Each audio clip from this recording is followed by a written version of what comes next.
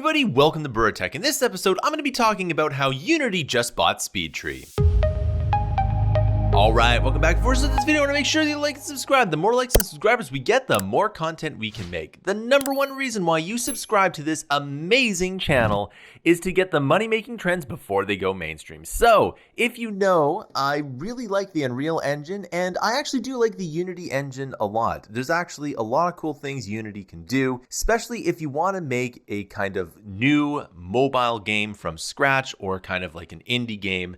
That is where Unity shines. I just tend to not like those kind of games. I tend to like to make bigger and more blockbuster type games, but that's just my personal opinion, and that's why I like the Unreal Engine. But the big news today is that Unity has just acquired SpeedTree. Now, if you don't know what SpeedTree is a software that allows you to make trees, and it's actually quite good. And as you can see, SpeedTree can do a lot of things. Now, I've been using SpeedTree for probably a long time now, and it's really awesome because you can just basically make whatever kind of tree that you want here. So you can take a look here at the things that it can do. And this is kind of interesting that Unity is acquiring this. One of the things that Unity doesn't do as much as Epic does is when they buy something, they don't really integrate it in a very meaningful way. So they might be doing something a little bit different, and I hope they do in this time. So if I was Unity right now, what I would do is I would make sure, I'd basically integrate it into the Unity engine, and I'd make sure that it is very seamless. Like if you want to make an environment, it's very easy to do. So as you can see, SpeedTree has quite high quality models here. And I highly recommend that if you are a Unity user, then you should definitely check it out.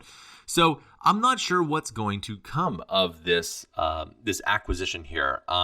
If I was Unity, I'd be very scared that the Unreal Engine is just buying everything up. And in fact, if you're looking for a good business model, if you make something that is good for the Unreal Engine or the Unity engine, now it seems like there's two big players trying to acquire companies. So you can start up and bro down quite quickly in this market here. That's one of the reasons why I suggest people to learn to code, because if you can code something that people use and people like in the gaming world, then you can maybe sell it, right? Now, the other thing is that if you are into making games, then you should consider not only making the games, but the things that make the games, like SpeedTree. Now, the trees are a very easy and kind of low-hanging fruit.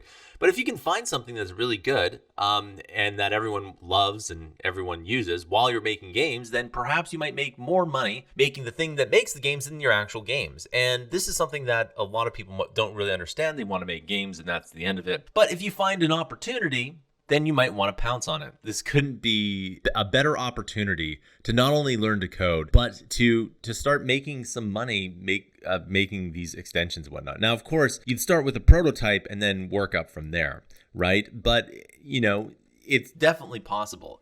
Now, again, SpeedTree is a very good piece of software here. And as you can see from the images, it's very good. And I think it's definitely good that Unity purchased it, because competition is something that's really important, all right? So this is just some quick news. Yesterday, Epic buys something. Today, Unity buys something. What's going to happen tomorrow, right?